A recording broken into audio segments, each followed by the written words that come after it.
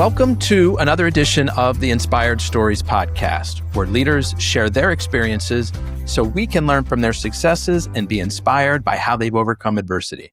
My name is Anthony Codispoti, and today's guest is Tim Petrey, CGMA, CPA, and the CEO of HD Growth Partners. They are an accounting and advisory firm based in Youngstown, Ohio, known for offering business solutions that go beyond traditional number crunching. They help clients in many industries with accounting, tax planning, payroll services through white glove payroll, and strategic consulting. Under Tim's guidance, the firm has grown from just a few people to over 100 employees, with multiple offices and a people-first culture recognized by Accounting Today and other organizations. Tim started at the company in an entry-level role and quickly rose to a leadership position. His background includes overseeing service expansions, spearheading private equity partnerships, and building a culture centered on innovation and client care. Throughout his tenure, he has been part of numerous award-winning initiatives, including top workplace accolades in Ohio. Tim's passion for helping businesses succeed has made him a sought-after advisor and community leader. Now, before we get into all that good stuff today, our episode is brought to you by my company, Add Back Benefits Agency, where we offer very specific and unique employee benefits that are both great for your team and fiscally optimized for your bottom line. Imagine being able to give your employees free access to doctors, therapists, and prescription medications. And here's the fun part. The program actually puts more money into your employees' pockets, and the company's too. One recent client was able to increase net profits by $900 per employee per year. Results vary for each company, and some organizations may not be eligible. To find out if your company qualifies, contact us today at addbackbenefits.com. All right, back to our guest today, the CEO of HD Growth Partners, Tim Petrey. Thanks for making the time to share your story today. Thanks for having me, man. Looking forward to it. Okay, so Tim, let's just jump right in. I want to figure out how the heck you got to where you are today. Maybe let's start with, how'd you put yourself through college? It's a great question. I ask myself that pretty much every morning when I jump out of bed. How did I get myself in this position that I'm in today? I put myself through college washing semi-trucks. I worked at the Blue Beacon Truck Wash here in Youngstown, Ohio. I would work 40, 50 hours a week, go to school full-time at Youngstown State University.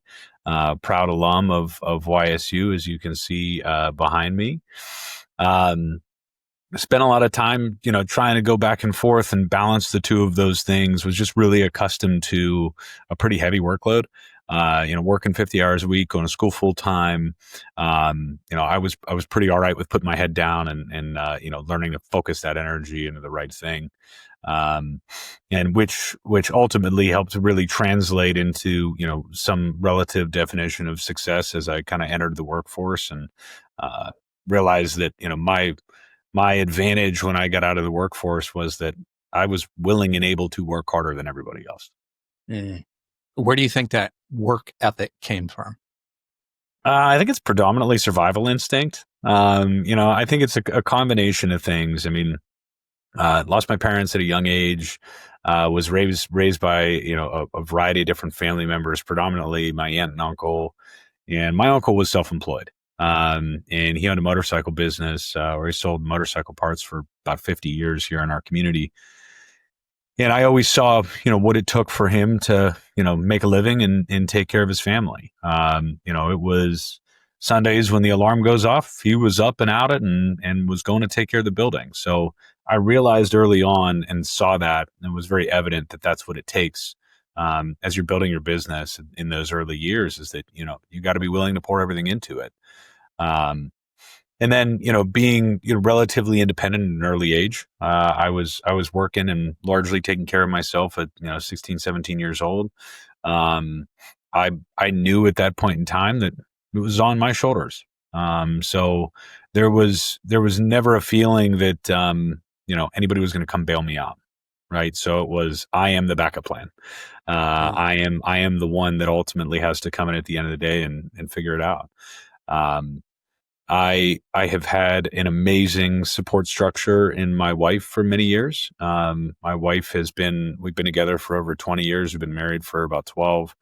Um, she has been with me along the way, and she's always been that person that, when I felt I couldn't do something, she told me I was wrong and would just tell me that, there isn't anything that I can't accomplish. And she's always pushed me, um, to get the best out of whatever situation we're in and make the best out of it. And as a result, we've got an amazing life, two beautiful children, 9 and 6, two boys here in Youngstown, Ohio, Canfield, Ohio, and we got a great thing going. Mm. So losing your parents at an early age, how old were you at the time? I was 4. My brother was 13. Mm. You still have memories of them? It's hard to tell what memories are actually yours. At that age, what memories are actually yours and what memories are those that people have kind of like planted into your brain, right? Of all the stories that you heard, all the things that you've been told. Luckily, I was raised by all of her siblings. So there was never a shortage of understanding who my mother was. I have great memories of her being a wonderful, wonderful person, a very kind human being, someone that would always do anything for anyone around her. So that's, the foundation of who I am and who I was built to be was based on the stories that were told of my mother and how amazing of a person she was. Wow. And you say her siblings, they took you in, they helped to raise you, they helped to care for you. Even still, like you said, by the age of 16 or 17, you were pretty independent. You were kind of figuring out life on your own to a large degree. And it seems like, that kind of built a thick skin, a thick exterior, kind of made you ready and tough to kind of go out there and figure things out, work 50 hours a week while going to school full time. You went to school for accounting. That's what your undergrad was in. Yep. And then how did you land your first job in that area? So that was an interesting story coming out of school. I did an internship with a pretty large regional firm here in town. Didn't get hired, interviewed with just about every other firm in town, did not get hired by any of them. A few of them went through multiple interviews, still did not get hired. And I was kind of committed to the fact that I was going to have to leave. It was 2008, it was 2009. I mean, the Great Recession was going on. There was all kinds of challenges here in the Youngstown area. So, it wasn't just about the fact that I was overlooked. It was a lot of other things that were going on. I had a job lined up out of town and was planning to leave, but it wasn't for another 8 months down the road. So I took kind of like a temp job. I got introduced to Harold Davis, who was my original boss, then became my partner and mentor and all these other things, by one of the guys that I worked with at the internship, the regional CPA firm. He took a client from Harold. Harold called him up to get the work papers and the transition stuff, and then asked Joe at the time, said, "Hey, do you guys have any good interns that you didn't hire, or got anybody that'd be interested in coming over and helping me out?" And Joe was kind enough to pass along my name. Got introduced to Harold, and I started working at our firm answering the phones. I was the receptionist. I had my accounting degree at the time, but when I came there, it was like, man, what do you need me to do? I'll do whatever. I wasn't really planning on being there long term. I thought it was just going to be a kind of a stopgap, but I worked there for a little while. I had fun with it. My partner and boss and eventual mentor, Harold, was having a lot of fun with it. He was in kind of like the second version of his career, and we just really had a blast together. And that's kind of how it started. And 6-7 months later, when it was time for me to leave, I looked at him, he looked at me, and I said, "I don't want to leave." He said, "Good, I don't want you to." And I stuck around. So it was really kind of just a right place, right time, kind of a situation. But I also think that, the story that comes out of that I tell, at the universities is like, you never know what opportunity is coming. You never know what introduction is coming. So like showing up as the best version of yourself every day is important. I mean, it may not translate to success or a job or a client in that instance that you think it might, but sometimes just continuing to show up the right way leads to those opportunities. I like that this story, Tim, because it's something that I hear from several of my guests. Kind of going through a rough spot, need employment, take a job that quote unquote is beneath your skill level, just because you need something, right? And it's better than sitting on the couch and twiddling your thumbs and just looking at Indeed every day. And like you said, like you never know what's going to happen. You don't know how that's going to turn out and what doors are going to open from being out there in the world, developing relationships. And you mentioned that, your partner, became first your boss, then a mentor, then a partner. What's maybe the biggest lesson that you remember him teaching you pretty early on that sticks with you today? Oh, I mean, I've got a laundry list of amazing lessons from Harold. I mean, but I think the main one that was always kind of beating into my head was to be a good listener.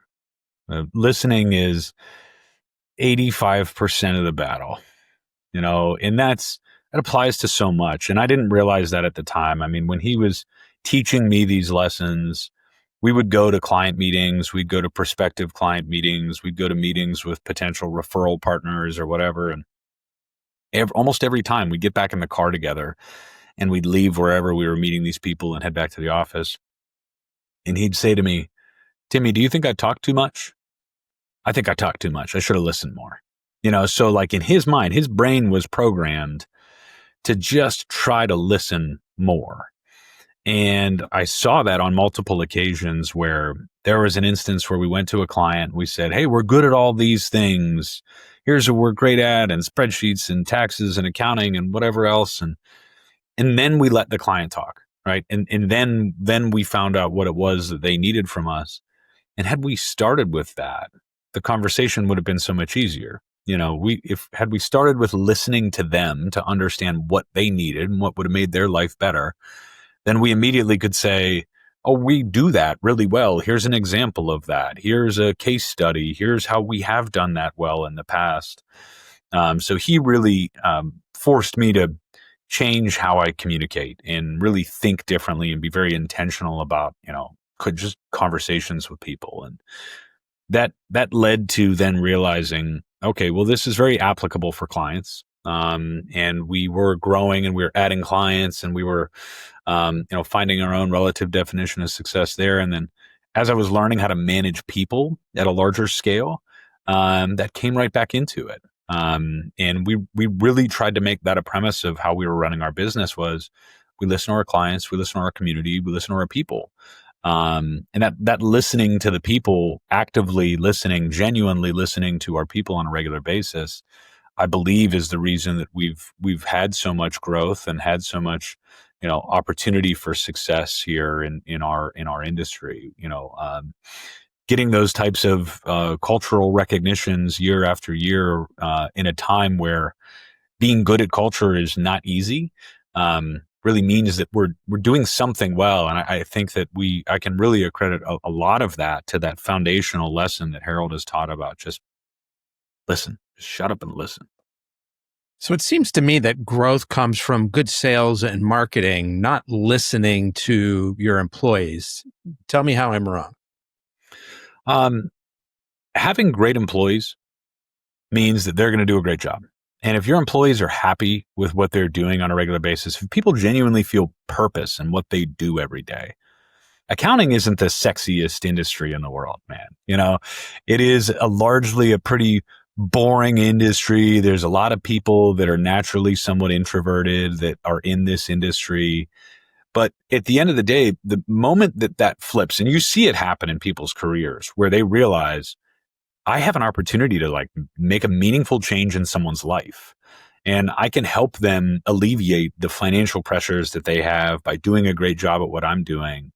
And the minute that people see that and they flip that switch from this is my job to this is my career and this is my passion, everything changes, right? They're happier. They love what they're doing. And then ultimately the service that they're giving to a client is like nothing they have ever experienced in our industry, right? So when you put those two things together, what happens is you get then organic referrals of a different magnitude because now your clients aren't just okay with what you're doing. The average NPS score of the public accounting industry is pretty darn low. People are not generally raving fans of their accountant.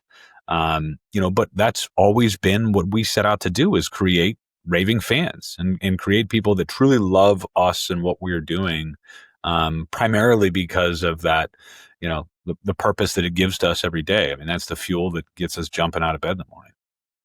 That makes a lot of sense. The power of the word of mouth referrals is just incomparable.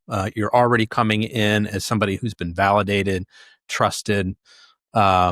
Aside from sort of those organic word of mouth referrals, what have been some of the big growth levers that you've pulled along the way?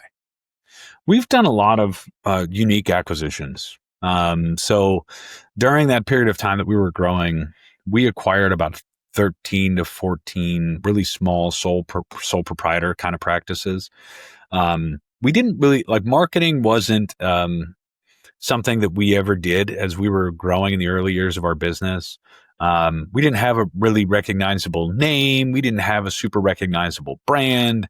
We were, building a firm in the shadows of some really successful firms in our community that have been around for 100 years. And so we needed to kind of do something different. We needed to get an opportunity. We needed to get an at bat. And then once we had that at bat, then we were able to prove ourselves. And as we proved ourselves, then that compounded with the organic referral. So we'd go in and we'd buy, these really small little practices. Maybe a sole proprietor was doing $200,000 to $300,000 worth of tax returns and bookkeeping and stuff like that. And they'd be at the tail end of their career. They'd be looking for, ultimately those people were looking for a good place for their clients to go to, because they have very good, relationships with those people. So we were able to have some pretty favorable deals put together where we didn't have to put up a whole lot of money. We worked together with that person to really create a custom retirement plan for them. How many hours do you want to work? What clients do you want to work on? We'll handle the rest. We'll pay on an earn-out basis over a period of time as those clients stick around. And then, that created a bunch of things that I guess I didn't expect. I mean, number one, that person that stuck around really helped train and develop a lot of our people because they had decades and decades of great experience. And then those people, the clients that they were serving, were really happy about the fact that their person that took care of them for years was going to have a comfortable retirement, that they had a good partner that they were able to hand things off to. And then they trusted us. So therefore the client trusted us. And then as we were able to really focus on providing the highest level of service that we could to those people, they stuck around. Then they became our clients. They were their clients. They became our clients. And they would refer their friends and family because, we were trying to create raving fans with everybody that we were working with. So at what point were you invited to become a partner? So this was an interesting story. I was about 23. So I'd been working with the firm for a couple of years, straight out of school. And my partner was, again, this was kind of his second act, and he was really trying to figure out what he wanted to do. He was really into business coaching. He was a playwright. He was a great accountant. He was a great harmonica player. He had all these things he wanted to do. And he was, to some degree going through a midlife crisis, like trying to figure out what he wanted to do next. And I think there was a moment where, he was really considering selling the firm to another regional practice. And he sat down with me and he's like, "Hey, I'm thinking about doing this. What do you think?" And my immediate response was, "No way, man. I really, if there's anything I can do to stop that, I will. I'd love the opportunity. I'd love how to figure it out." And he was kind enough to say, "Yes, we'll figure it out. I mean, I'd love to see you buy into the firm. Would love to see you, figure how to make this happen." But ultimately, he had to take a risk on me. I had to take a risk on him. I had banked a couple of years of my bonuses that I was supposed to get for bringing in new business. And I used that to pay for my first maybe 3% of the business, and then would continue to just I wasn't making much. I was making $40,000-$50,000 a year. And every time I'd earned a bonus, I'd keep it. I'd just keep it and give me more ownership. And then I went to the bank. I went to the bank at 24 years old, And Oh, you were young still. yeah, You were young yeah. still. I went Okay. to the bank and I said, "Hey, I want a loan for $300,000." And they looked at me like, "All right, tell me more." I had a terrible personal financial statement, not terrible, but I didn't have anything, right? I had student debt. I had a house with no equity, I had a car with barely any equity, whatever. And I told them the story. I said, "Hey, this is what I want to do. And I've got this guy that's really dedicated to sticking around and teaching me." They knew him. He had a great reputation in town. So that bank took a chance on me. That bank gave me that loan. And it proved to be the spark that changed everything. The former president of that bank is still one of my really close friends now. He's in retirement and doing some other things now. And, but they gave me that start. I bought into the firm at 23, 24 years old and took over as the managing partner right after that, around 24 years old. What did you use for collateral on the loan? Nothing. My personal guarantee. Wow. And it was at the end of the day, they had some collateral based on, what the business was doing. But at that time, I was only buying half of the business. It was a minority ownership share in a service-based business. There's no collateral. There's no assets, right? There's filing cabinets and old tax returns. Yeah. Maybe some accounts receivable, but, not much. So it was really kind of a testament to the fact that, if you go to the bank prepared and you've got a good story and you've got good projections, you got a good plan, you got a good relationship. My credit score was impeccable. I had always taken that very, very seriously. The deal cash flowed, everything worked. I was willing and was proving to the bank, "Hey guys, I can live off of $50,000 a year very comfortably. So I will throw any and everything at this to make sure that this happens." And they just had confidence in the fact that I was going to do what I said I was going to do. Plus, they were pretty familiar with Harold and he had a pretty good reputation. So from their perspective, it wasn't a tremendous amount of risk, absent all the, missing pieces of collateral. Sure. Okay, let's hear in a bit more detail about the services that you offer, because CPA firm could mean anything from accounting to tax returns and beyond. Let's kind of hear the full breadth of what you guys do. Yeah, so we started as primarily tax only. We were doing tax returns, tax resolution work for people. When they would get behind in taxes, they'd come to us. We'd help them figure it out. And then we started to kind of just add little bits and pieces along the way. We had some of those acquisitions that had some concentrations in different areas. We had a lot of, the traditional write-up work and test work, compilations, reviews, low-end audits. Payroll was something that we were doing a lot of in the early years.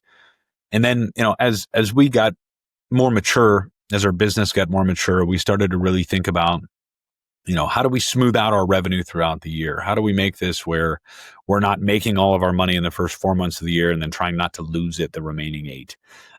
So did a lot of tax work, have then ultimately transitioned a lot of our tax work into what we refer to as tax maintenance packages. So we do the tax return. We do year-round tax planning with our clients. They get unlimited email access to our team throughout the year. There's so many conversations that are happening with ChatGPT and Gemini and all these other apps, and TikTok and all this, the Reels and whatever, people that are coming out with finance and tax strategies online, that allows for us to have just good, engaging conversations with our clients throughout the year, be very proactive about the tax planning work that we do. So tax planning will always be a huge core portion of our business.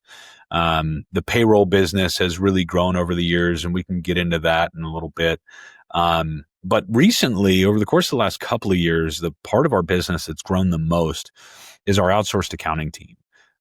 So we have found that there's a substantial pipeline problem in the accounting industry overall. 75% of CPAs 5 years ago were at retirement age. So in 2020, 2021, the AICPA did a study and 75% of the active CPAs were already at retirement age. So there's for every 5 people that are coming into the industry, there's 1 coming in. the math is just bad. So we saw that in our business and realized that a lot of our clients were going through that as well. So we started to build what was originally called My Chief, and it was an outsourced CFO platform. And what we realized through that kind of evolution was it's not just the CFO portion that people need. It's full soup to nuts. They need the entire accounting department outsourced. They can't hire anybody and retain anybody in those positions for the right price. So they bring us in. We're very efficient. We're very good at what we do. We leverage automation. We leverage AI. We leverage global talent. So we're able to come in and completely replace an internal accounting department. Not only replace it, but instead of them getting inconsistent reporting, instead of them having to manage that person like an employee, they're getting a very high level product. They get video reviews of their financial statements. We build their budgets with them. We do cash flow forecasting and analysis with them. We help them with succession planning. We're leveraging AI and using agentic AI to help build very detailed levels of financial analysis for our clients, dependent upon their industry. And as those models get better and better trained, the quality of output and the quality of interactions we have with our clients has really gone through the roof. So we really wanted to position ourselves as something that, we didn't want to just be tax. We didn't want to just be payroll. We didn't just want to be the traditional service suite. We wanted something we could do year round, had good cash flow opportunities, was scalable, and most importantly, put our employees in the position where the work that they're doing is purposeful. The work that they're doing is something that they're helping someone. They see the impact that they're bringing not only to that client, but to their community. And as a result, we've got more engaged employees. We've got a much healthier business. We're not as subject to the crazy cycles and cash flow issues of the traditional accounting firm. So that's pretty cool stuff. So did this accounting outsourcing, did this come about through one of the acquisitions that you made, or was this an idea that you guys had and you birthed it from the ground up? So it's a good story. It's almost like, I prompted you with this, and I didn't, but I got a call from a client. I was on a fishing trip with another client, in Southern Ohio, and I was supposed to be there for the weekend with them. And I got a call from a client who was completely distraught. It was a good friend, a long-term client of ours. He picks up the phone and he's talking to me and he's telling me that his CFO had a tragic accident, passed away in a motorcycle accident. Completely unexpected. He was a young guy. He was just an absolute rock star. Brad was somebody that, he was great to work with. He was somebody that understood his industry, and he was spectacular. And I got the call from the owner and he said, Brad passed and I need some help. And so I told him, I said, I will be there. I'm leaving early. I'll be there as soon as I can. We'll figure it out. And I get there and the guy is just beside himself because this guy that was his CFO was running the show. He had complete control of the finances. He was great at his job. So the owner didn't worry about it, right? There was no checks and balances. There was no worry about, do I need to know everything that this person is doing? And so, we worked together there through that process, helped him ultimately, keep the wheels on the bus. I came in, I worked that job. I acted as their CFO while, still running our business for about 6 months, and then built a process, hired somebody, trained that new person, and then stepped out. And then the same thing happened another couple of months later with another client. They had a CFO controller that didn't pass away, but they just abruptly left. There was some big change in their life and they left. They took like the key fobs for the bank along with them. It was just like in the middle of the night, see you later, I'm out. And in those two instances, the relationship and the bond that I formed with those two clients was unlike anything I had ever experienced. These are guys that, are running big, successful businesses. The one guy is running a really successful steel business and, big, strong guy, big, strong personality. And, I saw the vulnerability in him. And then when we fixed it and we ultimately got him into a better position, I saw the gratitude and the appreciation for the work that we did. He called me up. One of the guys called me up and said, "Hey, Tim, I got an issue. I need you to come to the office real quick." So I came to the office, and this was after we had already kind of solved the problem and hired somebody else. And he just used it as an excuse to get me to come to the office, took me back into the conference room, and the conference room was covered in fly fishing equipment. And this is, fly fishing was never really my thing. It was his thing, but I had done it with him and I really enjoyed it. And actually the fish that's on my wall behind me is from the fishing trip that he took me on after this all happened. And so, that I see that fish every day, and it reminds me of why I'm doing what I'm doing. And, when I went through that process with him, I said, there's something here. The way that I feel right now and the purpose that I feel is very different than when I just do a tax return for somebody. I love doing tax returns. I love meeting with people, but it wasn't the same. This was when I see this person at the grocery store, they're going to come up and shake my hand and give me a hug. If they see my kids, they're going to tell them how much of an impact that I made in their life. So like when you start thinking about like legacy and you start thinking about what mark do I want to leave on the world, when you have the opportunity to do that kind of work, and have that kind of impact on people's lives, that was something different. So that's really how it all kind of came to fruition. And then we got better and better in figuring out how to deploy it.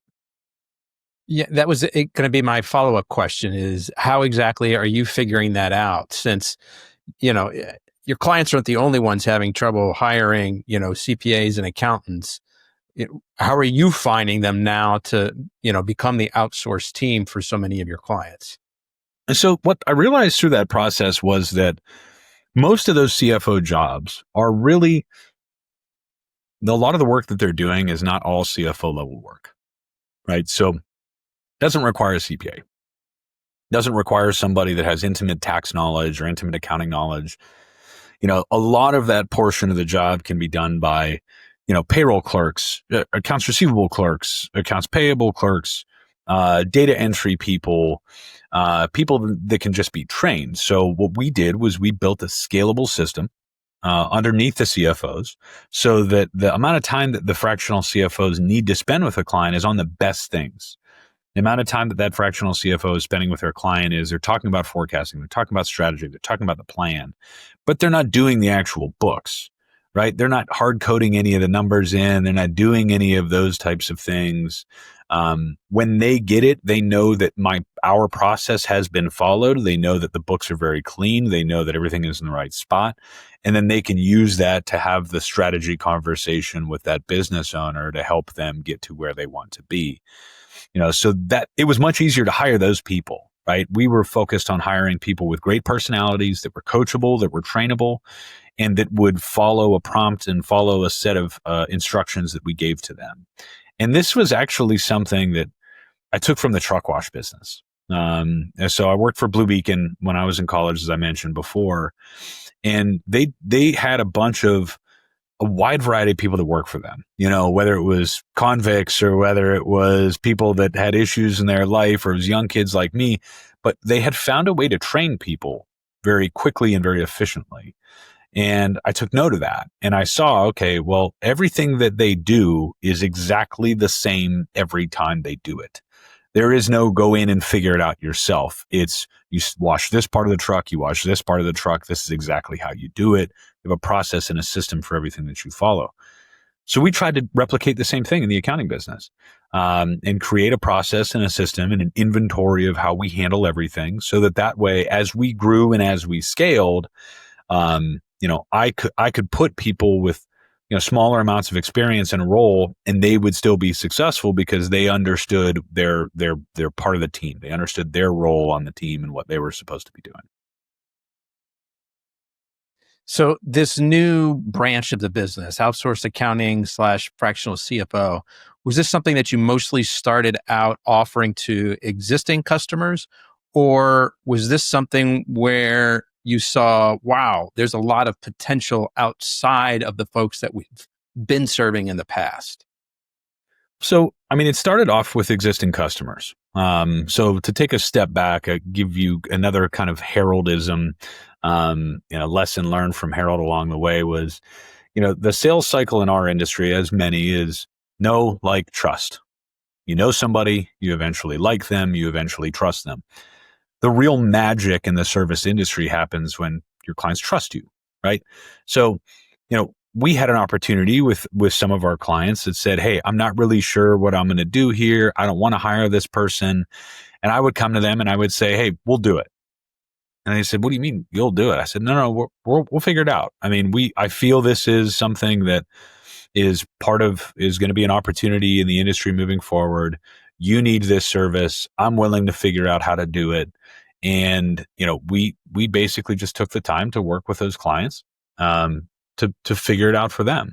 And then as we figured it out for those clients, as we figured it out for the people that already kind of trusted us, then we realized we had something that was more marketable externally to places that hadn't known us previously. And where did the idea to start the payroll, white glove payroll service come from? Or was that through an acquisition? No, so the payroll business was actually as a result of Christmas lights. Weird story. So one of the original, every payroll company gets started from Yeah. Christmas lights. One of the original investors in Paychex lives about 10 minutes from my house. Great human being. He is one of my favorite people. And he does this amazing Christmas light display every year. I mean, it's his whole street. It takes him months to set it up. And my kids are really little. I took him down there and I saw his Christmas lights. And it just at that time in our firm, we were doing some payroll work. We had one large client that we were doing a lot of payroll work for. We weren't great at it, but we were good at it.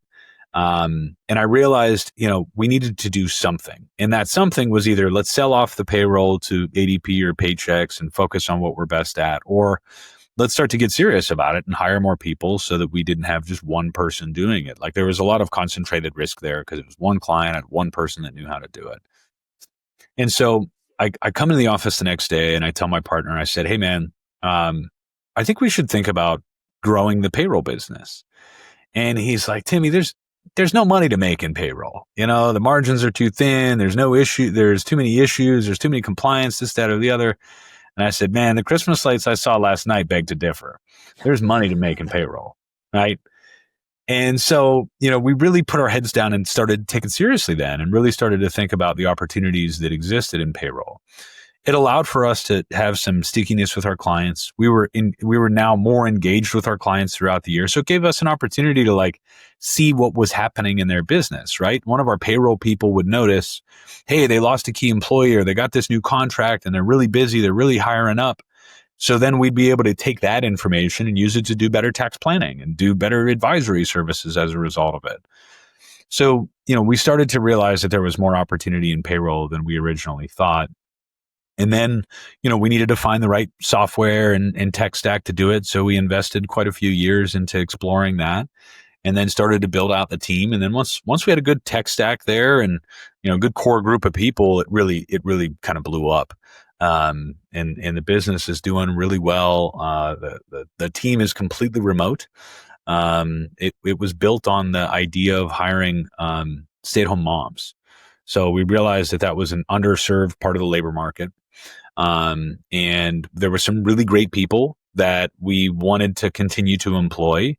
But they were having kids and going through some of those different changes in their life. So we said, no, the payroll business makes a lot of sense because I can scale you down and you can do, one or two payrolls from home. And then as the kids get older and get into school, then you can scale back into it and you don't have to come to an office 9 to 5 as long as you're responsive to your clients. That was the whole kind of thesis when we started building that business. And then again, kind of realized, oh, well, these people love what they do. They're doing a great job. The clients are really happy. We have something here. And then it started to compound in terms of what we were learning from that business. But this grew way beyond sort of the Youngstown, Northeast Ohio area. As I understand it, you guys are in 40 plus states. How do you grow from, small Rust Belt town in Northeast Ohio that you're very proud to be from, rightfully so, into being across 40 states with this payroll service? I mean, it requires constant effort. It requires a good leadership team and a good group of people that, really, really want to improve and really want to grow. It's like you got to have a group of people that are comfortable just constantly breaking things. Like we are constantly breaking things in our process to try to make them better. And as a result, it's never any sense of complacency around here. Like it is, we're always going back to the team and asking them, what can we be doing better?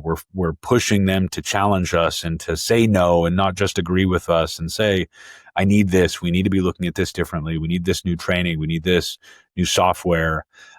So really trying to create that mentality of long-term success was really where it was at. I mean, we didn't make money in the payroll business for a long time.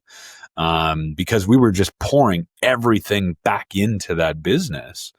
And so I think that was a huge part of it was that, we were truly embracing delayed gratification here. We knew that if we did this right long term, it would be a very great business.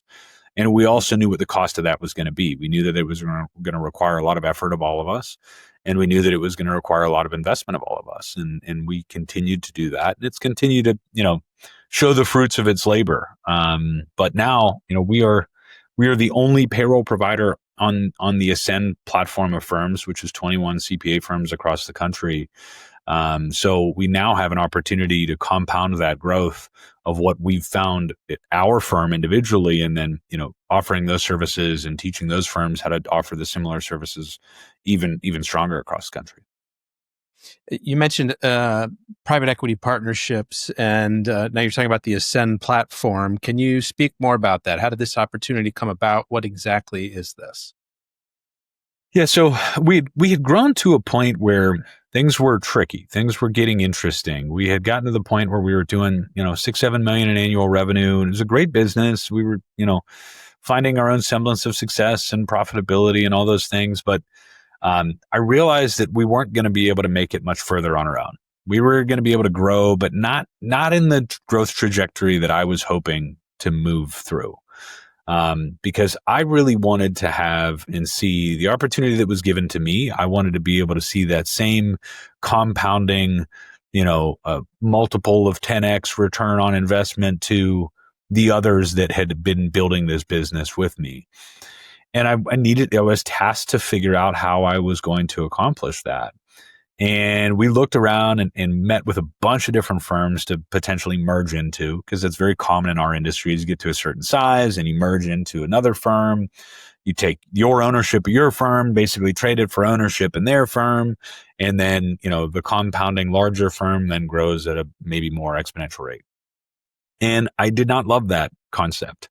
I didn't love the idea of merging in with another firm that was less progressive than me, that had a bunch of retiring partners, that had a bunch of challenges that were going to slow me down, quite frankly.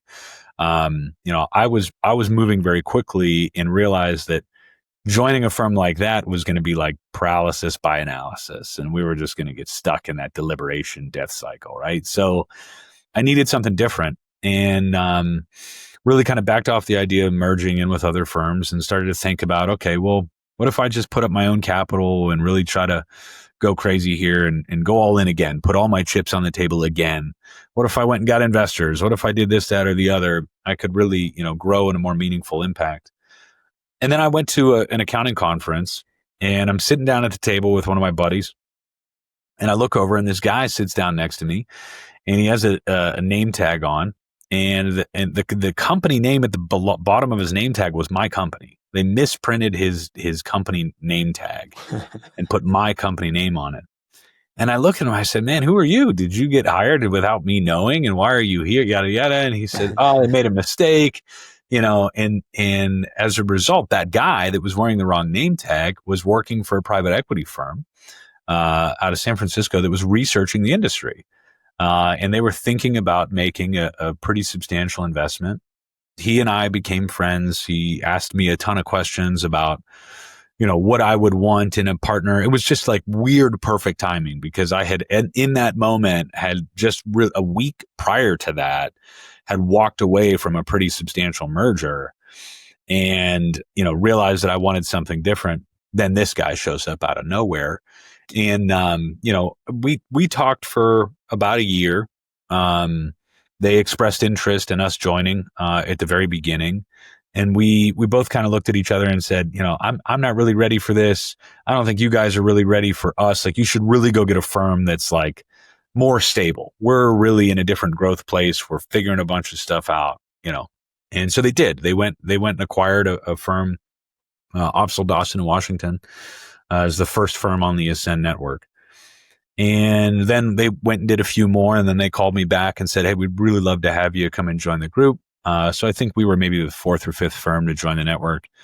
But the concept that Ascend is, which is very unique, is the opportunity to maintain your own, personal, regional brand commitment. But all of the things behind the scenes that we're all struggling with in terms of making investments, whether it's AI, cybersecurity, talent recruiting, learning and development, M&A capital and growth capital. Those are the things that we can all now share a combined pot of money, essentially, at the Ascend level, and make much, much better, well-informed decisions about how to deploy that capital. As opposed to, my $10 million firm in Cleveland doing it one way and a $20 million firm in New York City doing it another way. We're all kind of chipping into that pot and being able to hire the best of the best in all of those categories and just make, better decisions related to how we're going to handle those kinds of things. So the way that I describe, the Ascend network to people is, I think, is like an equity alliance where we all have ownership in our own firms across the country. We're all incentivized to work together. We're all incentivized to share best practices and how we're doing things. And then we have that supercharged superpower behind the scenes at Ascend where they're making their own great decisions about how to deploy capital in those areas that are so important to us. Makes you wonder, how would life be different if that name tag hadn't been misprinted? It's a lot of things in this story that how different life would be had Joe not made that referral to Harold, had we walked away from that M&A, had that name, like, it's just, those are those things that you look back on and realize, like, things happen for a reason. You've got to show up and just keep your eyes open to the opportunities that come in front of you. I mean, there's a bigger plan in place here. And how long have you been part of the Ascend platform? When did that take place? What year? About a little over 2 years now. Okay. So this is still relatively new, getting off the ground, but it sounds like it's growing pretty quickly. Yeah. It's growing. I had another guest on here a few months back that's part of the platform as well. Gary Fry from BGW. Yeah. Gary's awesome. Yeah. He's a great guy. I got introduced to him from another guest because we were talking about this idea of imposter syndrome, and Gary actually wrote a book on the imposter syndrome. So it kind of brought a lot of things full circle. But has there ever been, or do you think there is the potential for, these different firms on the platform to step on each other's toes? Like, you might be talking to a bigger national client and maybe they're talking to, somebody else on the Ascend platform too. I'm sure there is potential that happens. But at the end of the day, we're all in ownership of one another's firms, right? So it allows for us to say, if there's an opportunity for a client and Gary's firm in Carolina is better suited to work on this client than I am, and we both by some chance are talking to them at the same time, I'd be more than happy to flip over and say, what can I do to support to make sure that BGW wins that relationship, right? Because at the end of the day, all boats rise, right? This is one of those scenarios where I'm just as much excited about when BGW wins or when LMC in New York wins or ATKG in San Antonio wins as much as when we win, because we all win together when that happens. And that's I think akin to the fact that they structured this thing the right way and they made it where, we're all finding ways to help one another and finding ways to share ideas and do things better collectively as a group. I think the challenge becomes, if this does continue to grow along the same level of magnitude, regionality gets a little bit tricky down the road. If you've got firms platform firms too close to one another and what happens with that down the road. But right now, I mean, I think that there's still room for a lot of continued growth. We have very little of those circumstances where firms are really kind of on top of one another. And there's an opportunity across the country right now. I mean, what's happening in the public accounting industry is pretty remarkable. This is a core pillar business of our society. And it's going through a huge evolution because there's so many baby boomers that were in this industry that are on their way out. And there's no great succession plan in place for a lot of these traditional firms. So there's a tremendous amount of work out there and available for the firms. And, our firms that are part of the Ascend Network are growing rapidly, are able to take on a lot of that new work. And if you talk to your traditionally owned, $1 to $2 million regional accounting practice, they're struggling to take on any new work right now. They're struggling to hire people. They're struggling to deal with all those challenges. So, I think that the likelihood that becomes an issue of any magnitude, I think at this stage is probably pretty small. Tim, as you look back over the course of your life, what's a big, serious challenge that you had to overcome, personal or professional? How did you get through it? Who'd you lean on? And what did you learn coming through it? I can think of a couple of moments. One of those moments was in college, where I was lucky enough to start college early. I leveraged a program called the SB 140 program, and I started going to college when I was in high school, and they helped pay for my college. Once I then got into college, my GPA that I had gotten in college and the GPA that I got in high school got blended together, and as a result, I had a little bit of scholarship money, and that scholarship money went away because those two things averaged together. So it really forced me to then have to work more than I was anticipating, and also do things that were probably not advisable during my college career. There was multiple times where I would schedule classes at the exact same time, and I would pick which class I could go to because I had to. Financially, I did not have a choice. There was also times where I could only take summer classes. And as a result of those, I could take summer classes during the day. So I still needed to work. So I would work the midnight shift. I would work from midnight till 8 in the morning. I would give myself a bath or a shower in the sink at the truck wash. And then I'd go to class, and I would sleep in the parking lot. I'd sleep in the study hall, and I'd go back to work, and I'd do that all over again. So I did that for an entire summer. I worked the midnight shift at the truck wash, slept in my car, slept in study halls, and, just kind of kept the wheels on the bus that way. And, in those moments, that's when I think, I was programmed to understand that there isn't much that you can't figure out. I was lucky to be healthy. I was lucky to have people to lean on when I needed them. But at the end of the day, like, sometimes you have to just find out what you're made of and what you're capable of doing on your own. And that is like one of those really empowering moments of saying, there isn't much that I can't accomplish. So, I learned a lot through that period of time. I also learned, like, there's a small group of people that you have in your life that you can truly rely on.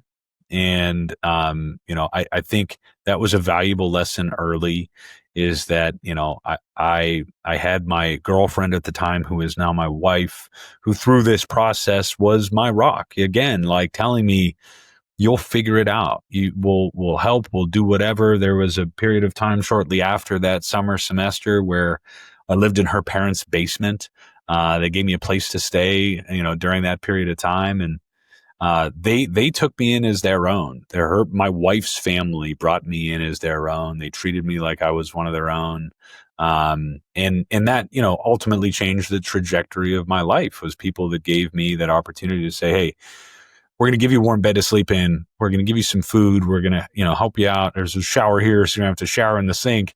And, they ultimately, showed me that, people are genuinely and inherently good. So that was the first time I think that I had, really gotten comfortable with, like, relying on someone else. And I was very independent and wasn't a good, like, didn't thrive in like team environments. I thrived in one-on-one environments, not so much team environments, because I was used to being on my own. That was one of those moments where I was going through this and realized I can't do this on my own. I need other people around me. I need a team of people, which then ultimately was a good foundational lesson for, getting into the professional world and understanding that you can only go so far on your own. You can get somewhere fast if you go somewhere on your own. But if you want to keep going and you want to go somewhere really far, you got to do it as a group. And I love so many elements of that story, Tim. I mean, you showed that resilience, that perseverance, that time that you're describing. You work the midnight shift, you shower in the sink, you go to class, you're sleeping in the parking lot, study halls. That's hard stuff. A lot of people throw in the towel, when that comes in, or at least throw in the towel on part of it. Like, I just need to go work. I can't, do school. I got to pick one or the other, but you push through it. But the other really cool thing that you pointed out was, going through that experience and having your girlfriend, now wife, support you and her family take you in, really highlighted to you the importance of togetherness, of being around other people, of accepting that support. And, wow, laid the foundation for what you're continuing to build today. Yep. Yeah. What's your superpower? Ooh. I've always genuinely believed that real superpower is when you can take something really complex and make it simple. And I think that that's something that I've done a decent job of in my career. I am not, your classically educated person, that I might be coming across a lot of in my industry. Youngstown State University is a great college, has a great accounting program, but tends to get a sideways look when you go up against somebody that went to Ohio State or Notre Dame or Harvard or Yale or this, that, or the other. So, my job was always kind of to be gritty, and to be in a position where I could speak the right language. I had common sense.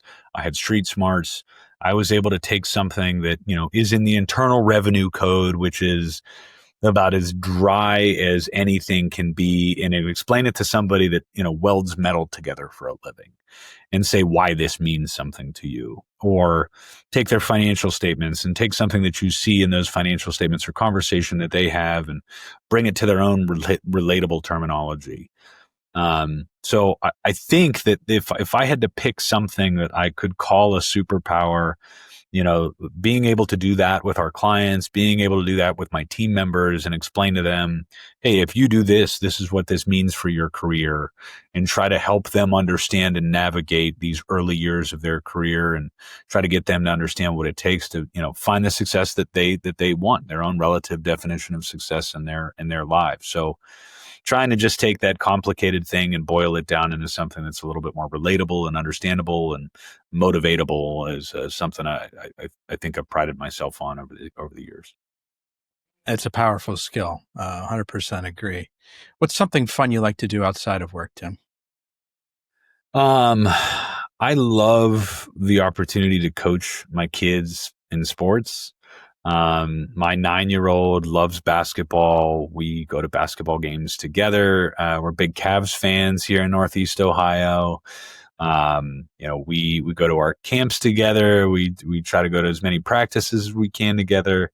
I've always really found a tremendous amount of fulfillment and joy in being able to coach kids sports.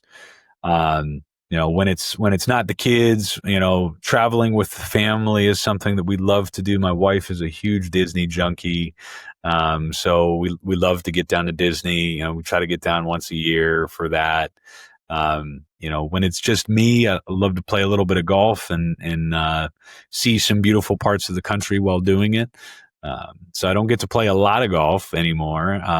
But it's really now more like quality over quantity. So enjoying, being able to see some beautiful places and see some beautiful golf courses. That's great. Tim, I've just got one more question for you, but before I ask it, I want to take care of three things. First of all, anybody who wants to get in touch with Tim, you can find him on LinkedIn, Tim Petrey, Petrey. and you can look for HD Growth Partners. Also, you can find the firm at hdgrowthpartners.com, and they've got a great newsletter that you can sign up there. They produce all the content internally themselves. And as a reminder for listeners, if you want to get more employees access to benefits that won't hurt them financially and carries a financial upside for the company, reach out to us at addbackbenefits.com. Finally, if you'll take just a moment to leave us a comment or review on your favorite podcast app, you will hold a special place in my heart forever. Thank you. So last question for you, Tim. A year from now, you and I reconnect and you're celebrating something really big. What's that big thing you hope to be celebrating 1 year from today? I think the big thing that we're hoping to celebrate is that we've both grown our business substantially over that period of time, but just as importantly, in that period of hyper growth that we're going through, we've maintained an unbelievable culture compared to everybody else in the industry. So that's always been our goal is we want to grow as much as we can, but we want to maintain the amazing culture that we have within our practice and within our business. So hopefully we're celebrating a year from now, another, well into the double-digit growth category, and also maintaining, if not exceeding, our internal NPS scores and all the different measurements of success that we have for our own internal culture. Tim Petrey from HD Growth Partners, I want to be the first to thank you for sharing both your time and your story with us today. I really appreciate it. Thanks for having me, man. This was fun. Folks, that's a wrap on another episode of the Inspired Stories podcast. Thanks for learning with us today.